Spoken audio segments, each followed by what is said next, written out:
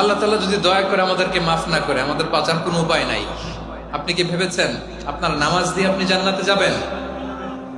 আমাদের নামাজ, আমাদের রোজা, আমাদের ইবাদত, এগুলোকে মিজানের পাল্লায় উঠালে কোনো ওজনই হবে না। তবে আমাদের একটা কৌশল জানা আছে, আমরা আল্লাহর রহমতের ভিখারি।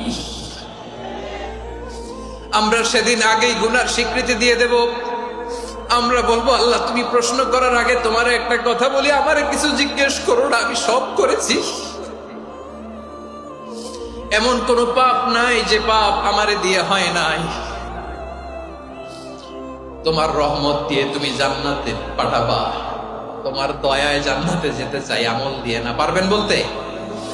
কিয়ামতের দিন আমরা বলবো, আল্লাহ আমার আমল দিয়ে জান্নাত চাই না, আমি তোমার দয়া দিয়ে জান্নাত চাই। তোমার দয়া ছাড়া আমার কোনো উপায় নাই। কারণ আল্লাহ যদি বিচার করে, বাঁচার কারো উপায় নাই। আল্লাহ যদি বলে ফেলেন তুই এটা করলি কেন, ওখানে গেলি কেন, কোরআনে 1000 বার নিষেধ করলাম তারপরেও এই পাপে জড়ালি কেন, এরকম প্রশ্ন ছুড়ে দিলে আমার উত্তর আছে? বাঁচার কোনো উপায় আছে?